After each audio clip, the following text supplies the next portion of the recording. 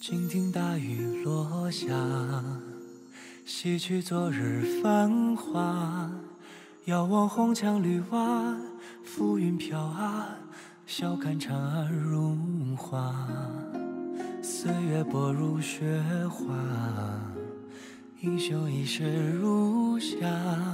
回首千军万马，不过弹指啊，琴声饮尽韶华。愿此一梦不醒，山河锦绣，不及你美语。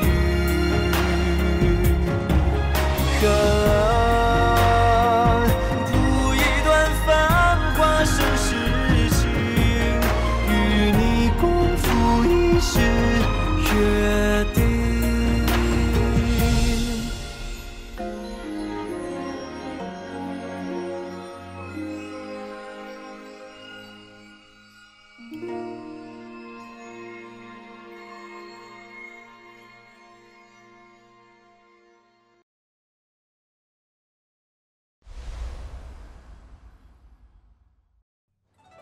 想用区区食物来换另眼相看，这恐怕行不通吧？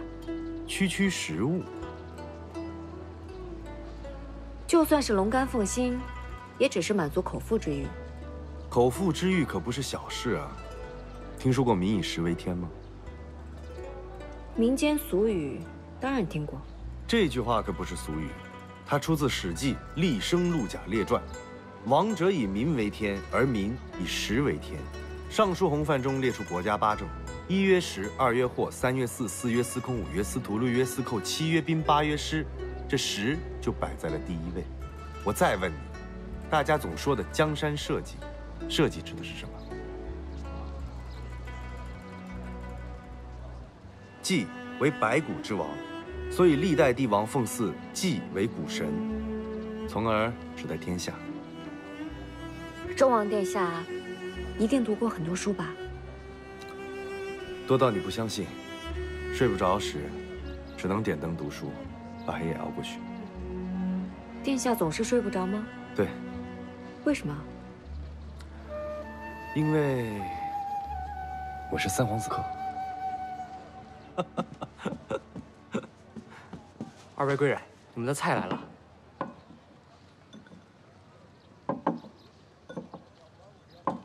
二位请慢用。吃啊！怎么了这是？殿下一番教训，让我知道食物是如此的重要，所以面对他们，我应该敬重一点。哦，原来傅四之也会说笑话。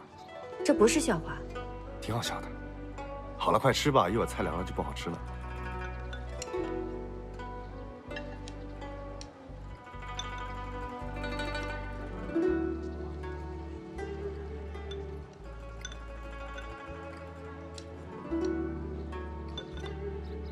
读书方知天下事。虽然殿下有时候行事有点让人受不了，不过懂得多，读书多，我是真心佩服。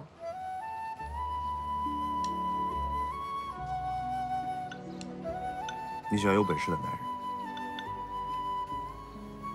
我说的是佩服，不是喜欢。你这么倔强，又爱挑字眼。你当初那个心上人到底是用了什么法子才让你动心的？不说话，怕我查出他，把他杀了。你，我开玩笑的。快吃快吃。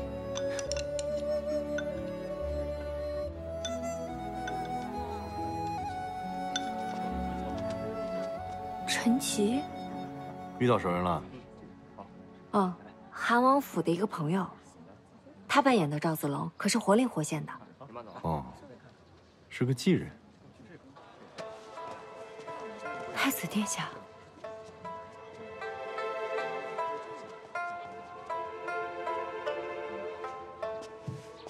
哎，这位兄弟啊，请问黄三绸缎庄？走啊，这是黄来顺，黄三在对面。哦，哎，这位客人，请留步。你是要去买绸缎？我哪儿买得起？我想拿这把扇子去换钱去。哦，这扇子可否借我看看？哎，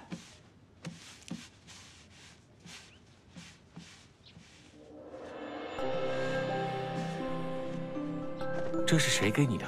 我的庄稼被马踏坏了，有个郎君送给我这把扇子，说可以去黄三绸缎庄换50贯，赔我的庄稼。这样，我给你100贯，你把它卖给我好不好？行啊。伙计，哎，拿100贯过来。好嘞。给这位先生。哎，谢谢，谢谢啊。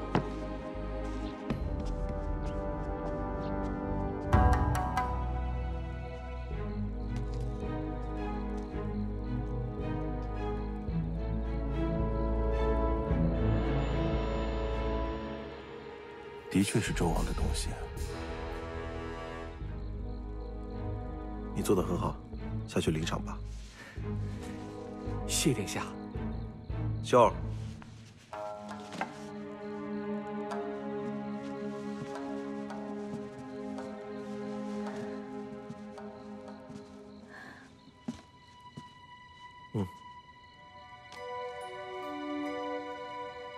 这周王虽是颜妃生的，可毕竟也是殿下的兄弟，何必总跟他为难？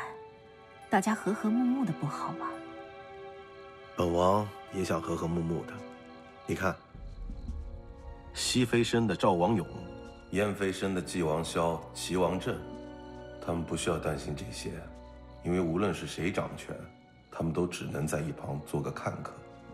可是，本王不同啊。本王和太子都是从同一个娘胎出来的。太子有烦恼不便言明，只能交给本王。所以，为了阿娘、太子，更为了王妃你，本王也得尽力才是。可太子的身份如此尊贵，周王怎会困扰到太子啊？周王这次回来啊，连做了几件让龙心大悦的事情。可他终究也有年少轻狂的一面。阿爷最看重农耕，若由着他这样肆意妄为，总有一天会出事情的。所以啊，还是提醒着点吧。别想那么多了，走一步算一步吧。听王妃的。站住！站住！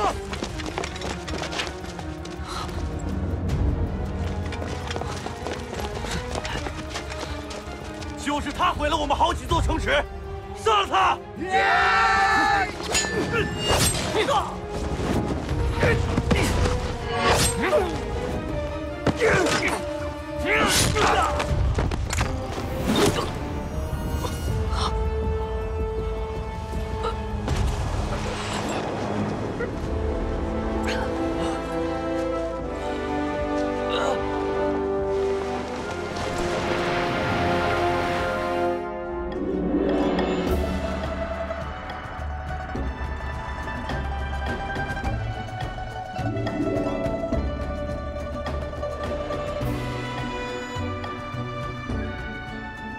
今日，太子献了杨池书著的《汉书》，这是一件大好事，值得庆贺。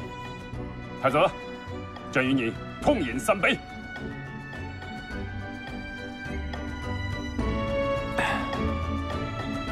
阿爷，儿只是做了儿应该做的。太子不要过于自谦。《汉书》古奥艰深，汉桓帝时严笃曾经为之作注，可惜没有流传下来。魏晋南北朝又有晋卓、陈赞等人注解多达20多家，可惜啊，注家虽众，但说法互异，莫衷一是。直至今日，太子献书，才算是功德圆满了。国家要得贤才，就得注重教育，而教育则要从书籍开始。而让杨池书著《汉书》，只是为了尽一份心力。愿大唐文教日益兴盛。太子有这样的远见，是大唐的福啊！朕要把这本书置于弘王馆，传于子孙后代。陛下，臣也有一件东西想献给陛下。呈上来。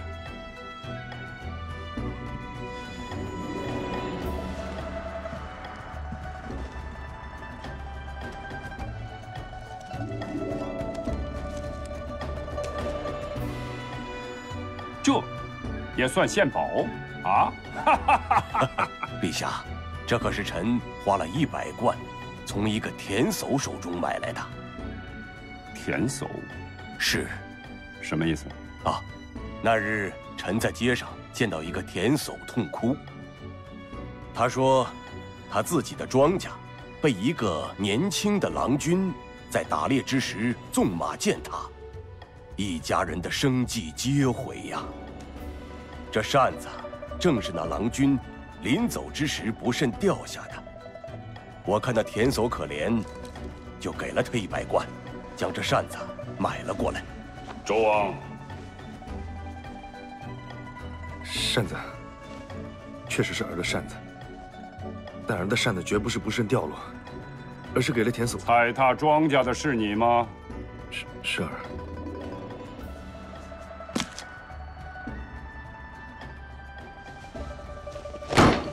混账！农耕何其难呐！朝廷百般扶持，上绝不俗。你在周州喜爱田猎，曾经踩踏过庄稼，御史几次弹劾，朕都饶恕了你。今天，竟敢在长安胡闹，这次，朕绝不轻饶。微臣奉陛下之命教导辅助周王，都是微臣没有尽责，周王才会犯错。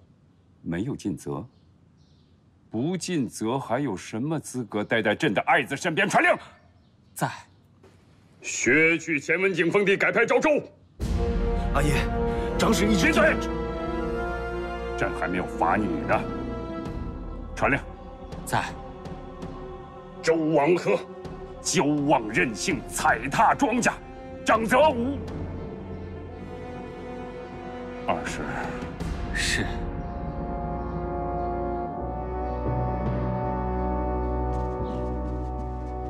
殿下，人来了。殿下，来了。还以为殿下叫了韩王府的戏班子过来伺候，没想到只有我一个人啊。戏看多了也会腻啊。会下棋吗？会啊。来一盘。好。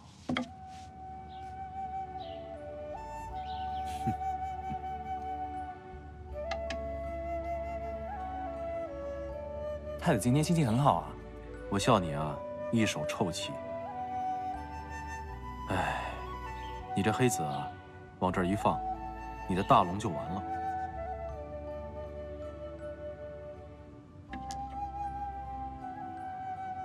那放这儿呢？也完。我这白子啊，往这儿一放，绝杀之举。要不要我教你？好啊。先教学姿。学姿啊？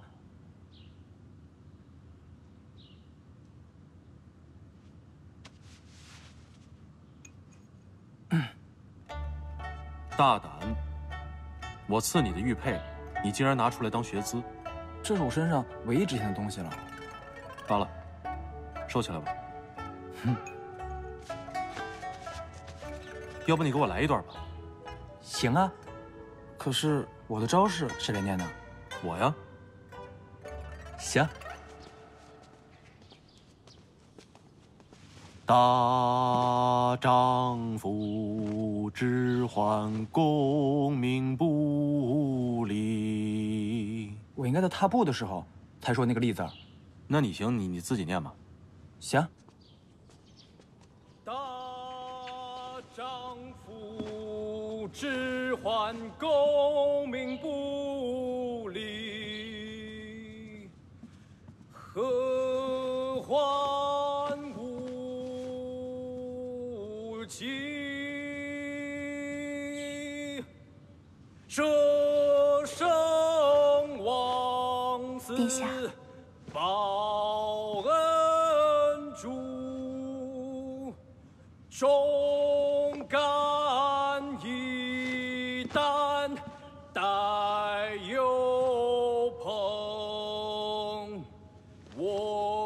做有血性的英雄，为义而生，为义而死。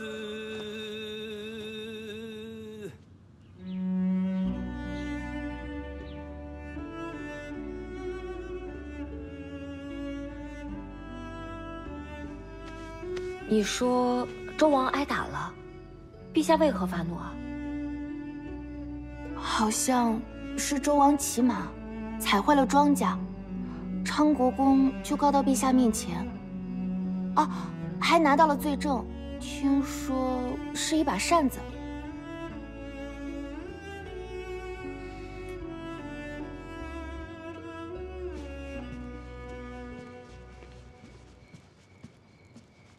太子妃，太子殿下还在教那个妓人下棋，说今晚不过来了。哦。太子妃做这几道菜，可下了不少功夫呢。不许抱怨，殿下难得歇一天，只要他高兴就好。是。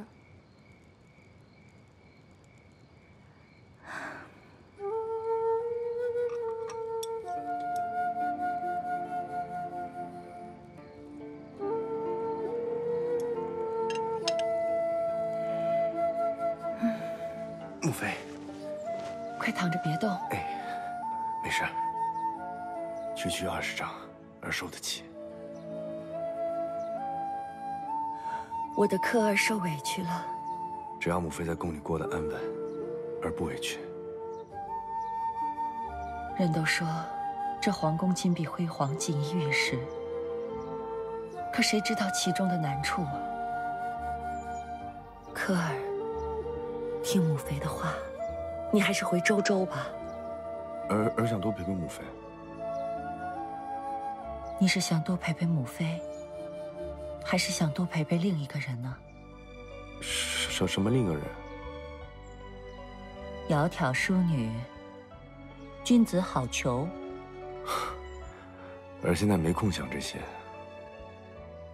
儿就是比较担心前长史。赵王一向跋扈，长史又喜欢直言抢谏，这两个人撞在一起，恐怕长史会吃亏啊。这事现在不能提，等哪天陛下心情好了，你再讨恩令吧。20掌，把一个身强力壮的皇子打成这样，他们也太狠了。忍忍吧。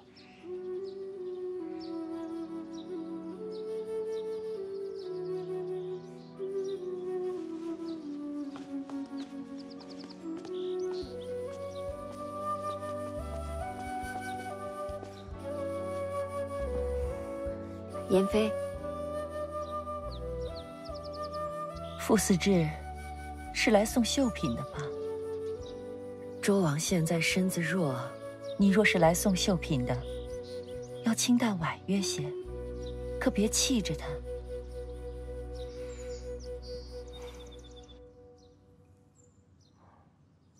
为什么不告诉陛下，骑马踩踏庄稼的是下官？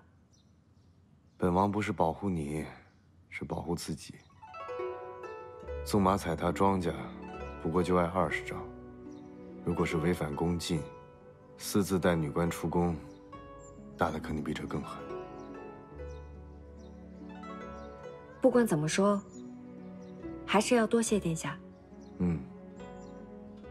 那给你个报答的机会，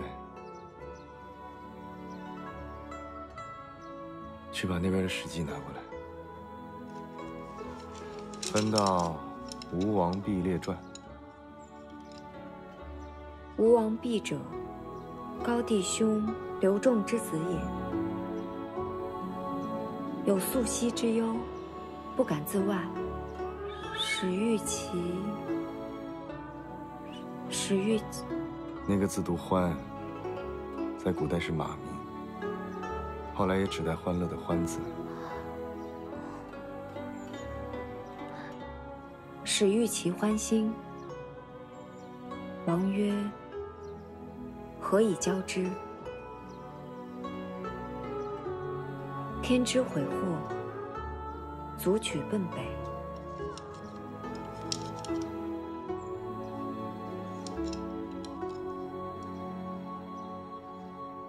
殿下，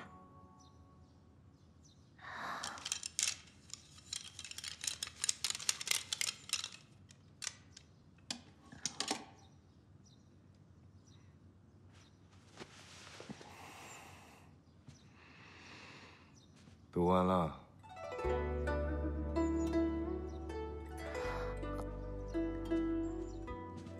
是。懂吗？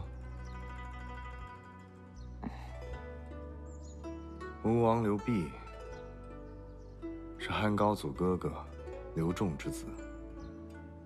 孝文帝时，吴王世子因为与皇太子下棋起了争执，被皇太子所杀。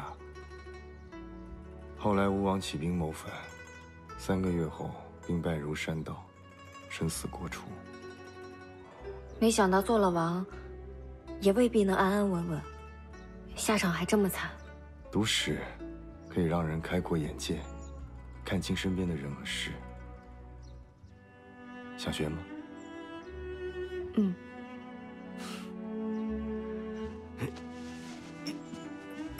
今天不行了，你明天过来，本王好好给你讲解一下这篇《吴王毕列传》。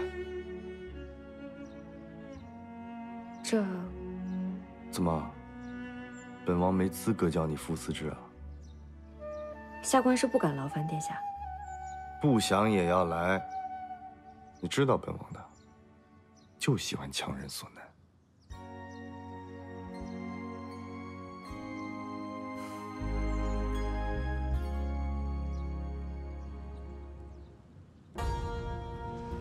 哎，定远将军智勇兼备，竟然折损在叛军的手里，太可惜了，太可惜了。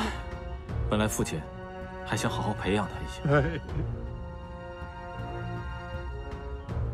盛将军的手下带回了安西峡的地图，末将特意拿来献给大将军。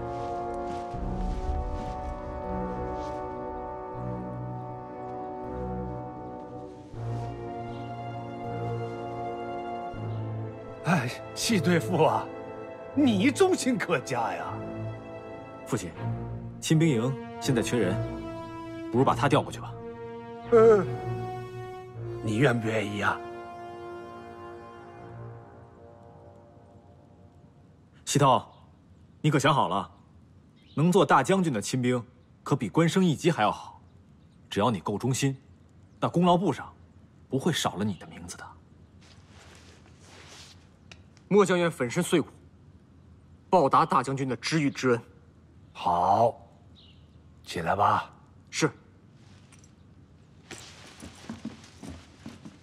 大将军，盛将军那2个属下已经处决了。他俩好不容易才从安西峡活着回来，为什么要把他抛弃将官，自己逃命？这样的人不该杀吗？把他们的人头挂在城门上，让所有人都看到贪生怕死的后果。是。父亲，这盛楚木都已经死了，为什么还给他这么多功劳？正因为他死了，才会给他上报。对，就算陛下给他再多赏赐，他也只能在阴间享用了。盛楚木，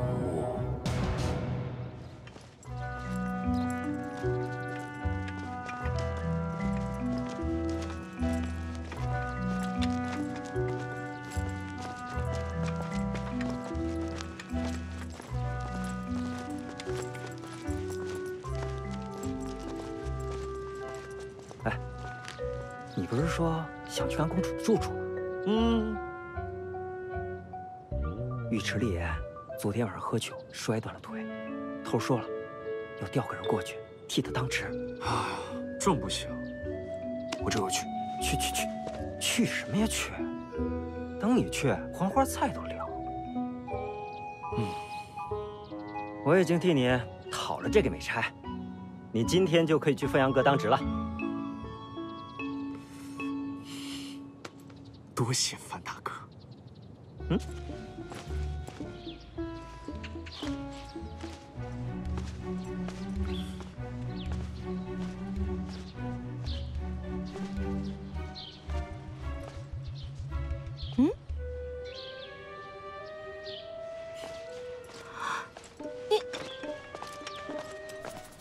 哎，兄弟，新来的？哦，我替尉迟立言的班，以后都在这里当值。行。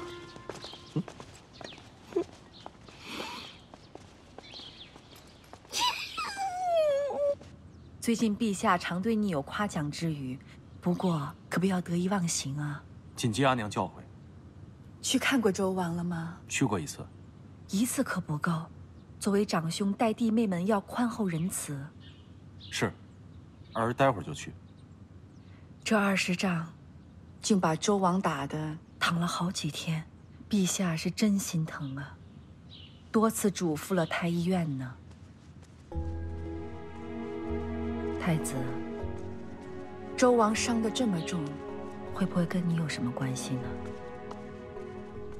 阿娘，儿可什么话都没有说。只是下头那些人吧，乱巴结。不过打倒周王的锐气，让他安分守己，也未尝不可。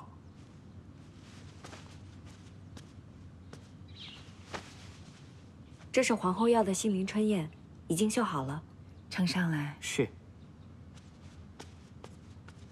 傅思志，你最近做事有点不太用心。太子妃说，最近呈上来的衣服，刺绣粗糙，而且居然还脱线。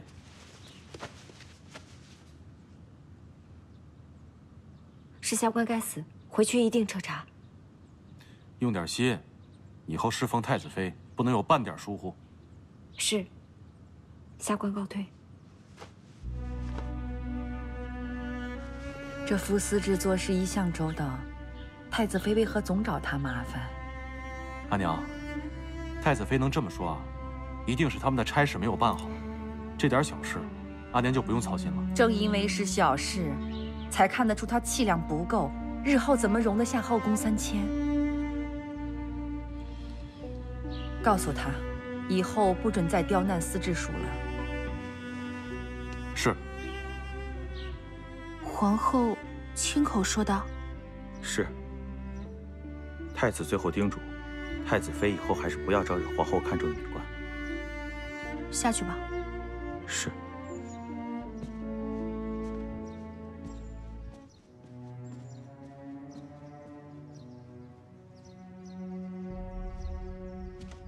这个傅思治，居然在皇后面前使坏，让皇后怪罪太子妃。以前还以为他人挺好的，没想到他这么歹毒。知人知面不知心，难道就这么忍了？殿下都嘱咐了，我不想让他生气，就先忍着吧。哎呀，回来，显得你勤快了。我的风筝。我去。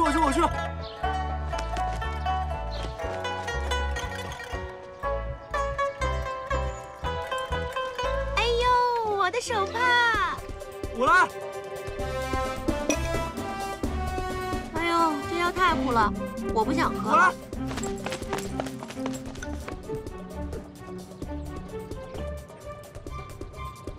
顺水，你这是干什么呢？帮公主喝药。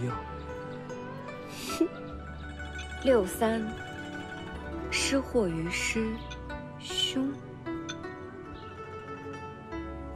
于师就是用车运送尸体。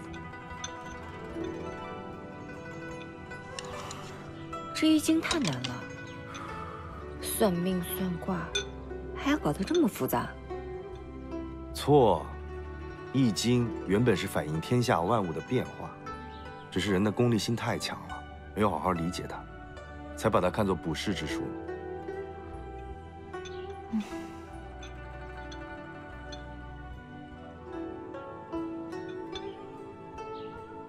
殿下，啊？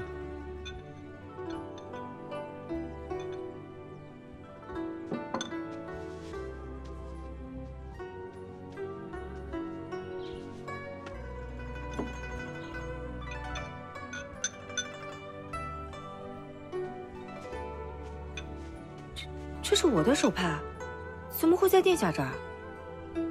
捡的。捡的也应该还给我。比起那个声名狼藉的圣楚墓，我到底差在哪儿？你是怎么知道的？哦，想不到圣楚墓跟陆琪的那个赌局，是为了你啊！要不是为了我，他们就不会约定殿前比武，也不会出征，也不知道楚墓他现在怎么样了。失火于师，兄。你虽说不能把易经看作卜筮之术吧，但偶尔算命还是挺准的。哎，今日过后，下官就不会再来凌霄阁念书了。喂，我说笑的。战死！你告诉我，什么叫做战死？不可能！大哥武艺这么厉害，他怎么可能被叛军杀死啊？你说话呀！你说话呀！楚墨，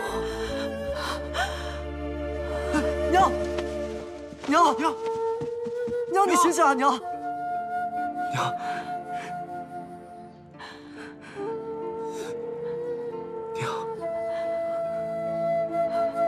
楚墨，楚墨！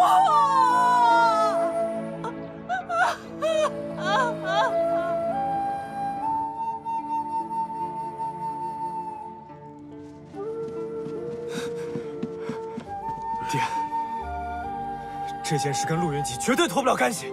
对，他是主将，大哥是他的副将。现在大哥死了，他为什么就平安无事？我们去找陛下，要陆云集为大哥偿命。对，住口！爹，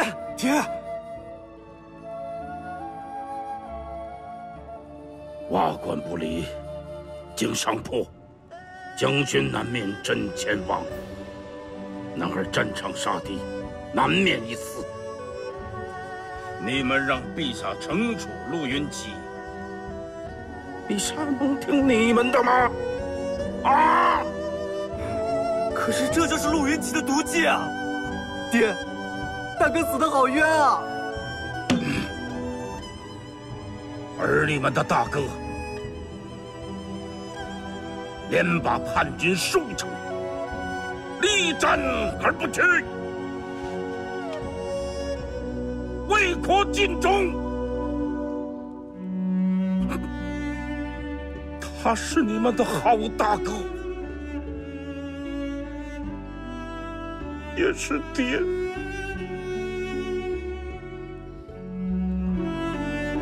也是爹的好儿子，他是爹的好儿子。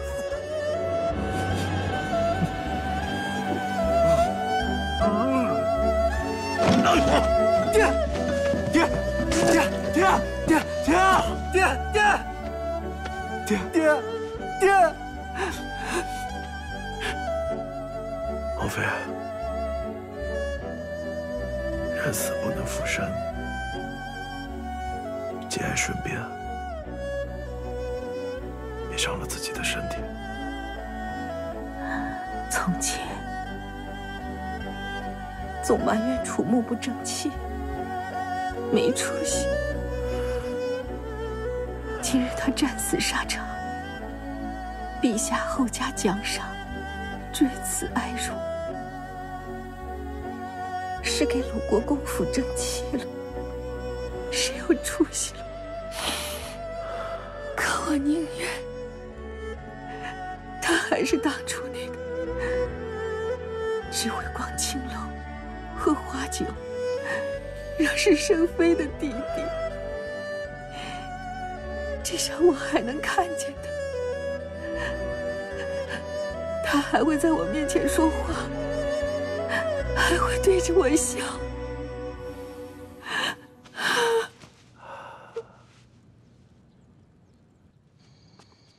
留在长安舒舒服服的，以后还会是个国公，何必去打仗呢？就是啊，听说圣楚墓还死得特别惨。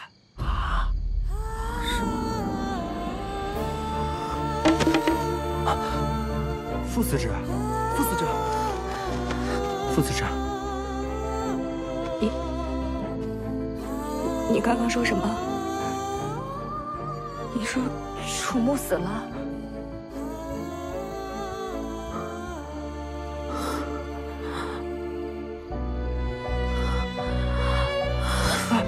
副司职，副司职，你没事吧？副司职。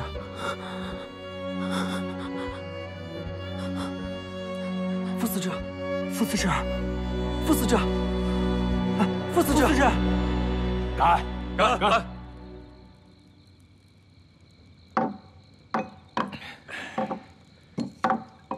恭贺大将军终于剿灭叛军，再次为大唐立下赫赫战功。哎，这战功应该属于各位将军。今天晚上我们一醉方休，一定要多喝一点。哎，可惜定远将军没看到今天的大胜啊。是啊，多亏了圣楚墓那张地图，我们打下安西峡，才事半功倍啊！哎，父亲，您到现在还记得圣楚墓那一点点的功劳？遇到您这样仁爱的主帅，难道不是他几辈子修来的福气吗？对吧？来，各位将军，我们为定远将军敬上一杯。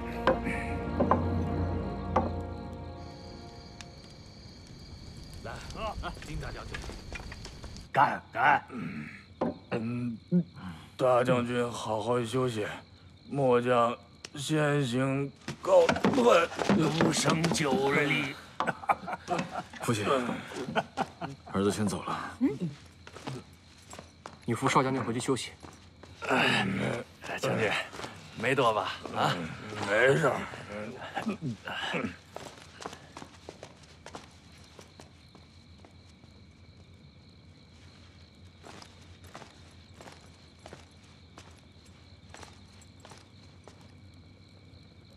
大将军，我扶你回房。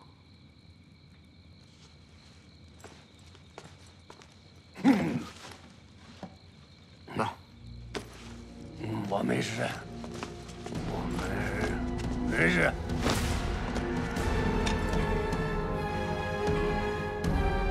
为了我娘，为了我姐夫。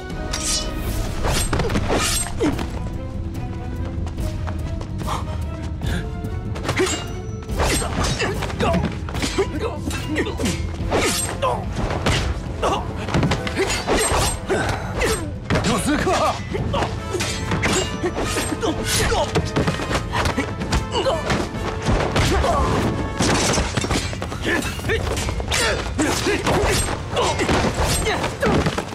父亲，父亲，父亲，这应该就是叛军的余孽，想趁夜袭击大营，做最后一搏。今晚多亏了喜涛，要不是他拼死护在塔前，此刻就得手了。行啊，小子，我没看错你。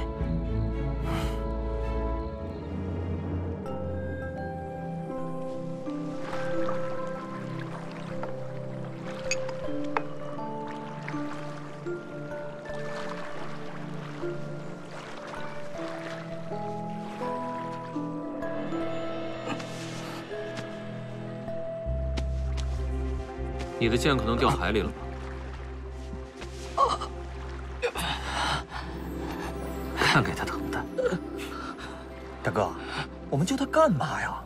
他上回还刺了你一剑，你直接让他死海里得了吗？懂什么呀？昨儿还能喝下一点粥水，今天连粥水都喝不下。太医也束手无策，这可怎么办呢？哎呀，这可是癔症啊！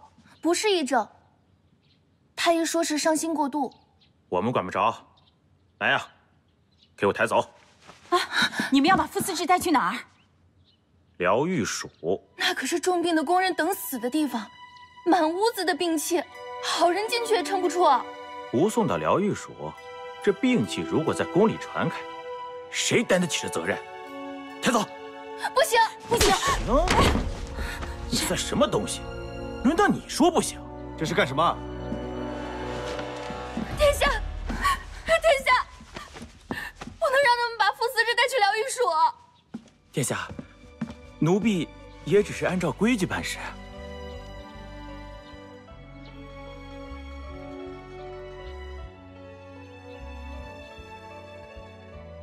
本王的规矩是你们马上滚。是，奴婢这就滚，这就滚。走。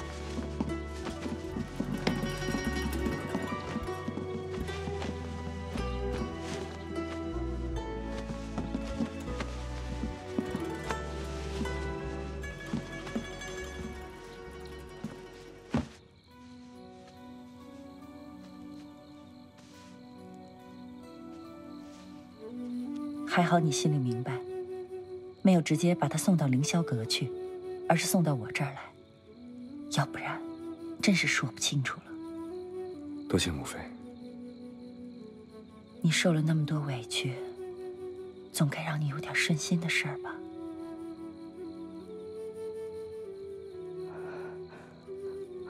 楚木，楚木，你就不能找个心里有你的吗？楚木，你这样多受罪啊！楚木，圣主木已经死了，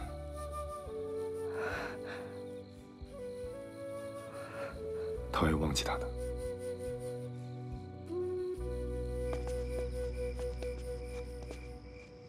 太医，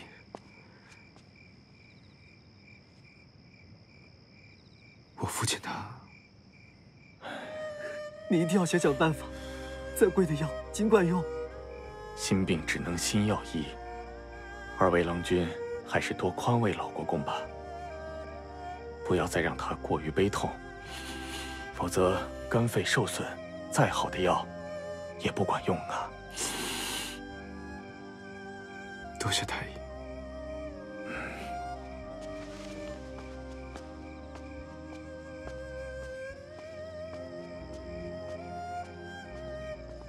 夫人呐，我错了。当初你跟我说，楚母任性顽皮，都不打紧。只要她能够平平安安，我就应该听你的。别说了，谢谢吧啊。我是个粗人，不懂得教儿。自楚墨出生以来，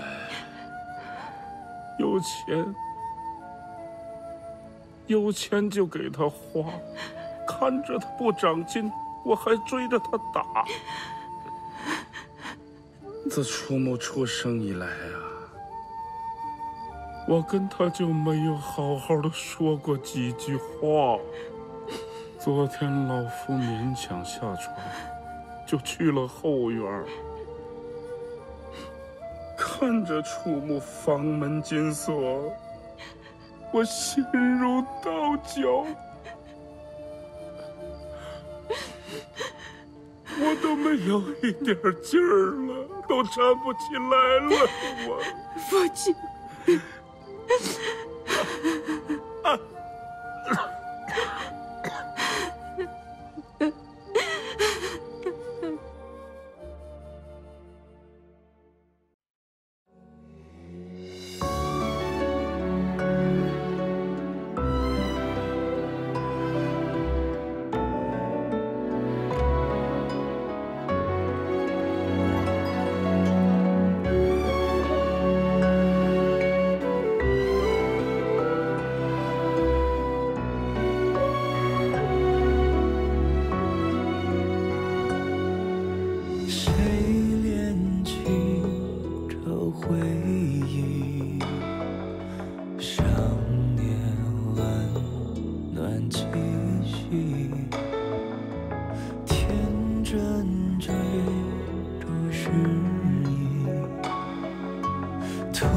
就忘了天明。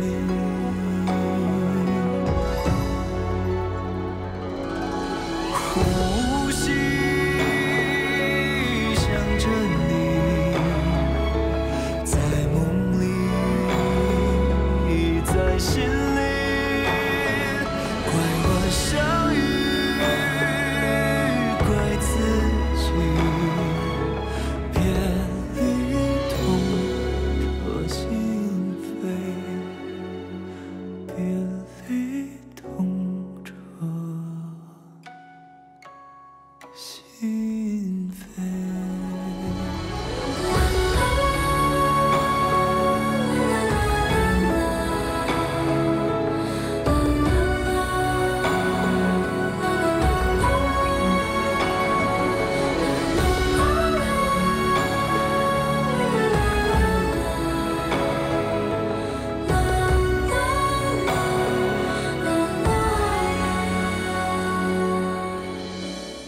少年时，我曾错过一个人，不是他不好，是我不好。